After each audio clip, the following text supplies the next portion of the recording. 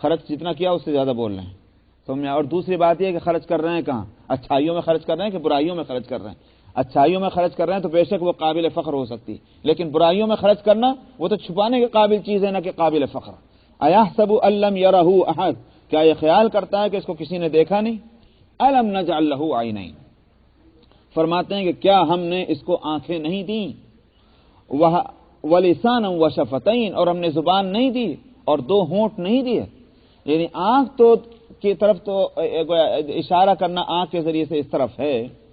اللہ نے آنکھ دی ہے تاکہ آدمی نفع اور نقصان کو اس سے دیکھے اور نقصان سے بچے اور نفع والا راستہ اختیار کرے. آنکھ اسی لیے دی.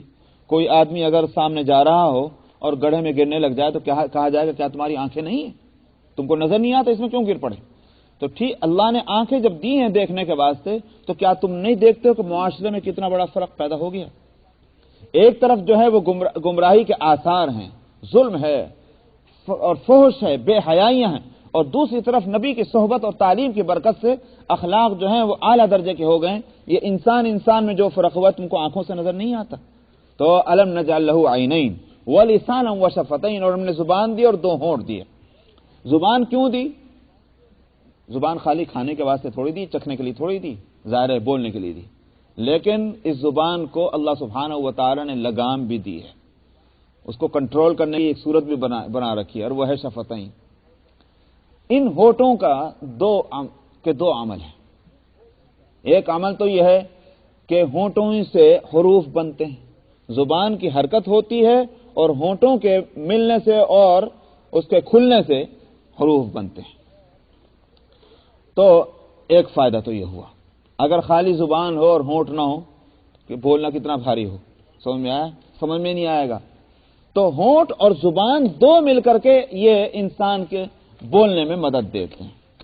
دوسرا ایک اور بھی فائدہ ہے, اور شاید اسی طرف اس میں اشارہ بھی ہے حضرت مولانا شبیر احمد صاحب عثمانی رحمۃ اللہ علیہ کے فرمانے کے مطابق. مجھے معلوم نہیں کہ ان کی یہ جو تفسیر عثمانی ہے اس میں انہوں نے وہ بات کہی کہ نہیں کہی, لیکن ان کی ایک کتاب تھی, یہاں نہیں دیوبند میں تھی میرے پاس, اس کو میں نے پڑھا تھا, اس میں اس طرف اشارہ کیا, بڑا عجیب نقطہ ہے. اور وہ یہ ہے کہ زبان جو ہے اس کی مثال ایسی ہے جیسے تلوار اور بھالا. تلوار اور بھالا جو ہے اس سے بھی زخم لگتے ہیں اور زبان کے بھی زخم ہوتے ہیں, سمجھ میں آیا؟ بلکہ حقیقت تو یہ ہے, کسی عربی شاعر نے خوب کہا کہ جراحات السنان لها التیام ولا یلتام ما جرح اللسان. تیر اور بھالے کے زخم تو بھر بھی جائیں, لیکن زبان کا لگا ہوا زخم جو ہے وہ نہیں بھرتا. تو انسان زبان جو لفظ بولے وہ ٹوٹے ہوئے دلوں کو جوڑ بھی دے اور جڑے ہوئے دلوں کو توڑ دے. اتنی طاقت اس زبان کے اندر ہے, ہتھیاروں میں وہ طاقت نہیں جو زبان کے اندر ہے. اسی بات سے بعض بزرگوں نے اور اولیاء اللہ نے اس کی جو بھی حقیقت ہو انہوں نے کہا کہ انسان کا بدن جو ہے, ہاتھ اور پاؤں, ہر دن صبح کو اٹھنے کے ساتھ ہی جو ہے وہ زبان سے خطاب کر کے کہتے ہیں کہ ذرا سا مہربانی کرنا, سمجھ میں آیا؟ تمہاری چال سے ہم پہ آفت آنی ہے, اس واسطے اپنی چال کو ذرا قابو میں رکھ کے رہو تو ہماری سب کی خیریت ہے. تو واقع بھی یہی کہ زبان جو ہے اگر غلط اس کی حرکت ہو گئی تو نہ ہاتھ سلامت, نہ پیر سلامت, نہ سر سلامت. اتنی خطرناک یہ چیز ہے. لیکن تلوار کو محفوظ رکھنے کے واسطے جس طرح نیام ہے, انسان جب تلوار کو نیام میں کر لے معلوم ہوا کہ تلوار محفوظ ہے, اور اس نیام سے تلوار نکالے معلوم ہوا کہ خطرناک ہے. تو اللہ سبحانہ و تعالی نے زبان کی اس تلوار کے واسطے ایک نیام رکھی, اور وہ ہے ہونٹ. ان ہونٹوں کے اندر اس زبان کو بند کر دیا تو کنٹرول بھی اسی زبان سے, انہی ہونٹوں سے ہوتا ہے, اور حرکت بھی انہی ہونٹوں سے ہوتی ہے. تو ہم نے اس کو زبان دی ہے اور ہم نے اس کو دونوں ہونٹ دیے ہیں. وَهَدَيْنَاهُ النَّجْدَيْنِ, پھر ان کی ہدایت کے واسطے, اس زبان کی ہدایت کے واسطے, یہ خود اس انسان کی ہدایت کے واسطے فرمایا ہم نے النجدین کی طرف رہنمائی کی ہے.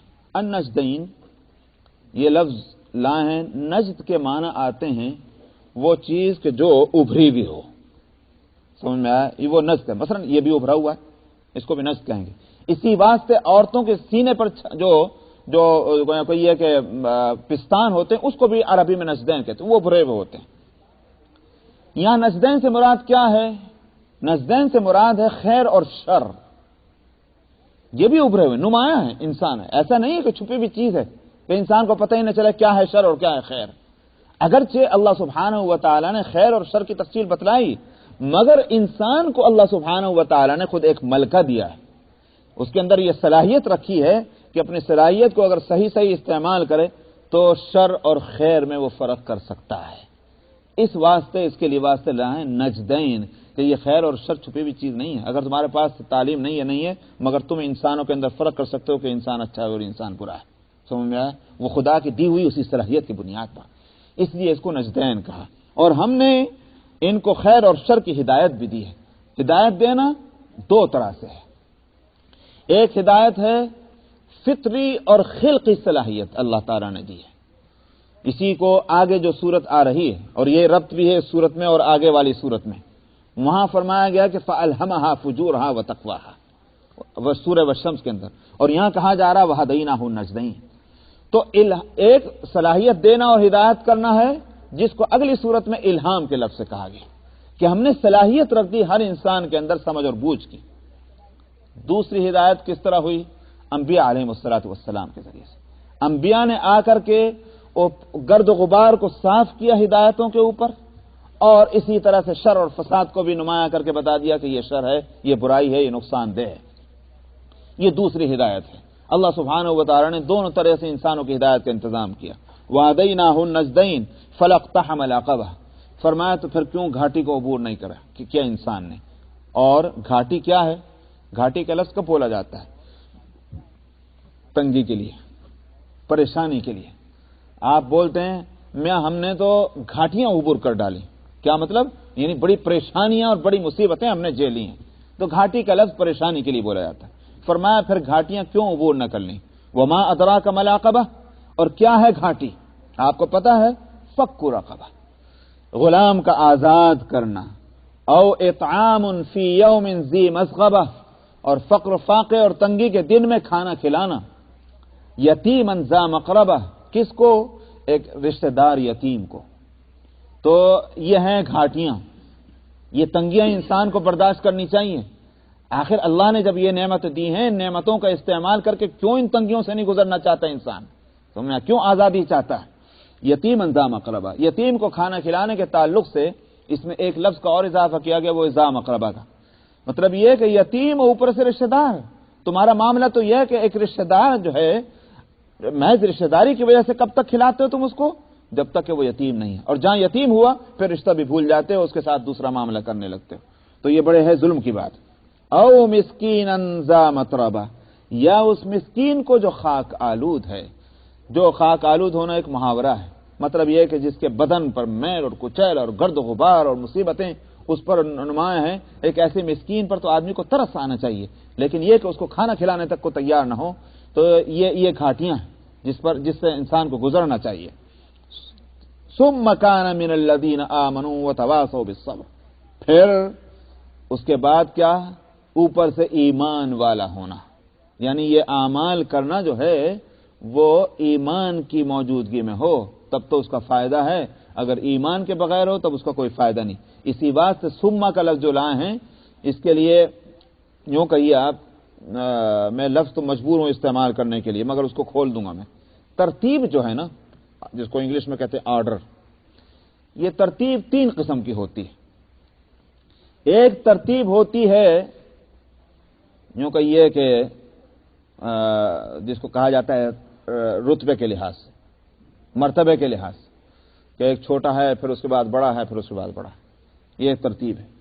ایک ترتیب ہوتی ہے ذکر کے لحاظ سے، یعنی ہم نے ایک چیز کے بعد دوسری چیز کا ذکر کیا، لیکن ضروری نہیں کہ واقع میں وہ چیز اسی ترتیب سے ہو، سمجھ میں آیا؟ اور ایک ترتیب ہوتی ہے وقوعی۔ وقوعی کا مطلب یہ ہے کہ مثلا ہم یہ کہیں کہ صاحب زید آیا پھر بکر آیا، اس کا مطلب کیا ہے؟ واقعہ اسی طرح سے ہے کہ پہلے زید آیا تھا اس کے بعد بکر آیا تھا، اس کو کہیں گے ترتیب وقوعی۔ تو ایک ترتیب واقع ہونے کے لحاظ سے، ایک ترتیب ذکر کے لحاظ سے ہے کہ چاہے واقع کے خلاف ہی ہو مگر آپ اپنے بیان میں جو ہے ایک ترتیب قائم کر رہے ہیں۔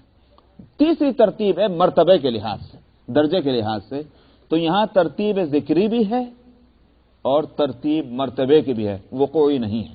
کیونکہ اعمال تو ایمان کے بعد ہوتے ہیں، سمجھ میں آیا، مگر ایمان کا درجہ اعمال پر سے بڑھ کر ہے، اس لیے پھر فرمایا۔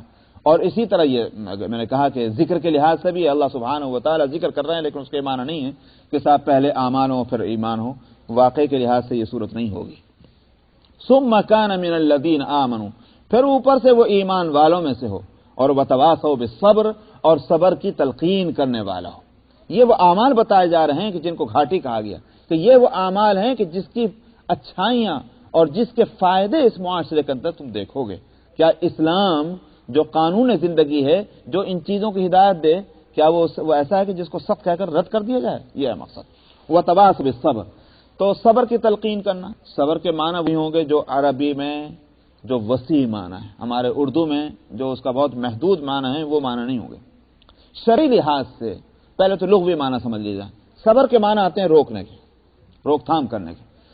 تو شریعت میں صبر، مصیبتوں ہی پر صبر کو صبر نہیں کہتے، بلکہ صبر علی الطاعت بھی ہے، صبر علی المعصیت بھی ہے۔ کیا مطلب؟ یعنی یہ کہ نافرمانی کرنے کو دل تو چاہ رہا تھا، مگر نافرمانی کیوں نہیں کر رہے؟ اس واسطے کہ اللہ ناراض ہو جائیں گے۔ یہ ہے صبر علی المعصیت۔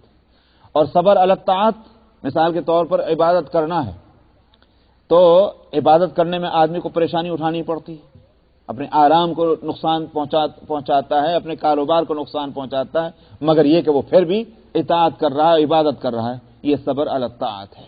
تو ان پورے وسیع معنی میں صبر کو، کہ صبر کی تلقین کرنا دوسروں کو، یعنی قانون اسلامی پر عمل کرنے کے لیے آمادہ کرنا۔ وتواصوا بالصبر وتواصوا بالمرحمہ، اور معاشرے کے اندر رحم اور محبت اور شفقت کی تلقین کرنا، یہی مسلمانوں کا شیوا بھی رہا ہے۔ اللہ سبحانہ و تعالی نے حضرات صحابہ رضی اللہ عنہ، جن کی تربیت نبی کریم صلی اللہ علیہ وسلم کے ذریعے سے ہوئی، وہ معاشرہ جو ڈیولپ ہوا، اس کی تعریف خود اللہ سبحانہ و تعالی نے فرمائی، محمد الرسول اللہ والذین معہ اشداء علی الکفار رحماء بینہم، کہ یہ کفر اور شیطنت کے مقابلے میں سخت، مگر آپس میں بڑے رحیم، بڑے کریم، بڑے شفیق، یہ ہے ان کا معاملہ۔ اور کیوں؟ اس لیے کہ یبتغون فضلا من اللہ ورضوانہ، اللہ سبحانہ و تعالیٰ کی مرضی اور خوشنودی چاہتے ہیں، اور اس کی عبادت میں رکعا و سجدا، رکوع اور سجدے میں لگے رہتے ہیں۔ تو عبادات بھی ہیں، عقیدہ بھی ہے، اخلاق اور اعمال بھی ہیں، اس سوسائٹی کے اندر یہ چیزیں عام ہیں۔ وتواصوا بالمرحمہ، اور رحم اور کرم اور محبت اور شفقت کی وصیت کرتے ہیں۔ اولئک اصحاب المیمنہ، فرمایا یہی لوگ جو ہیں میمنہ والے ہوں گے۔ میمنہ جو ہے وہ یمین سے بنا، اور خود یمین اس کا روٹ ورڈ ہے یمن۔ یمن کے معنی اصل آتے ہیں آسانی کے، تو شاید اسی وجہ سے یمین داہنا جو ہے، رائٹ، اس کو یمین شاید اسی بات سے کہتے ہوں کہ وہ زیادہ، مطلب یہ ہے کہ وہاں تک آسانی سے پہنچ ہو سکتی ہے دائیں، کیونکہ انسان کا دائیں حصہ جو ہے زیادہ ایکٹیو ہوتا ہے، ایزی ہوتا ہے، آسان ہوتا ہے اس سے کام کرنا، اس واسطے شاید اس کو یمین کہا گیا ہو۔ اور مشأمہ جو آگے آ رہا ہے وہ شؤم سے ہے، تو شؤم کے اصل معنی آتے ہیں بدبختی کے، اس لیے اس کو شمال مشأمہ، اصحاب المشأمہ کے معنی بائیں والے ہیں۔ تو یہ تو یوں ترجمہ کیجئے، اصحاب المیمنہ کے معنی یہ ہیں یہی لوگ آسانیوں والے ہوں گے، یعنی یہاں تو تنگیاں اٹھا رہے ہیں لیکن دوسری زندگی میں ان کو آسانیاں ملیں گی، وہاں ان کو راحتیں ملیں گی۔ یا پھر اس لحاظ سے کہا جائے کہ قیامت میں اللہ سبحانہ و تعالی لوگوں کو دو حصوں میں بانٹ دیں گے، اور اعمال کی بنیاد پر، عقیدے اور عمل کی بنیاد پر، جو اچھے عقیدے عمل والے ہوں گے ان کو کہا جائے گا تمہاری سیٹ دائیں طرف ہوگی، اور جو برے عقیدے عمل والے ہوں گے ان کو بائیں طرف بٹھا دیا جائے گا، تو یہ ترتیب قائم ہوگی۔ اس واسطے اصحاب المیمنہ جو ہیں وہ لوگ ہیں کہ جن کو جنتوں میں جانا ہے، اصحاب المشأمہ وہ ہیں جن پر اللہ کا غضب ہونا ہے۔ تو اس معنی کے لحاظ سے بھی فرمایا اولئک اصحاب المیمنہ، یہی لوگ میمنہ والے ہیں، والذین کفروا بآیاتنا هم اصحاب المشأمہ، اور جنہوں نے ہماری آیتوں کا کفر کیا وہ مشأمہ والے ہیں۔ علیہم نار موصدہ، ان کی بدبختی کا عالم یہ ہوگا کہ ان پر وہ آگ ہوگی کہ جس کو گھیرا ہوا ہوگا یا گھیرنے والی ہوگی۔ گھیرا ہوا ہوگا مطلب یہ ہے کہ آگ ہے اور اس کی اس جلانے کی اس طاقت اور قوت میں اضافہ کرنے کے لیے اس کو گھیر لیا گیا، تو اگر آزاد کر دیجئے، مثلا مثال کے طور پر کھلے میدان کے اندر آگ ہے تو ہوائیں اس کی تیزی کو اڑا لے جاتی ہیں، اس کے اندر جلن کی طاقت کم رہ جاتی ہے، لیکن اگر آگ گھری ہوئی ہو تو اب طاقت اس کی جو ہے وہ اس میں گھری ہے۔ منہ صدا کے معنی یہی ہے کہ آگ ہوگی ان کے اوپر، وہ آگ کے جو اس طرح گھری ہوئی ہوگی کہ جس کی وجہ سے اس کی جلانے کی طاقت پوری کی پوری محفوظ ہوگی، اس آگ میں ان کو جھونک دیا جائے گا۔ بس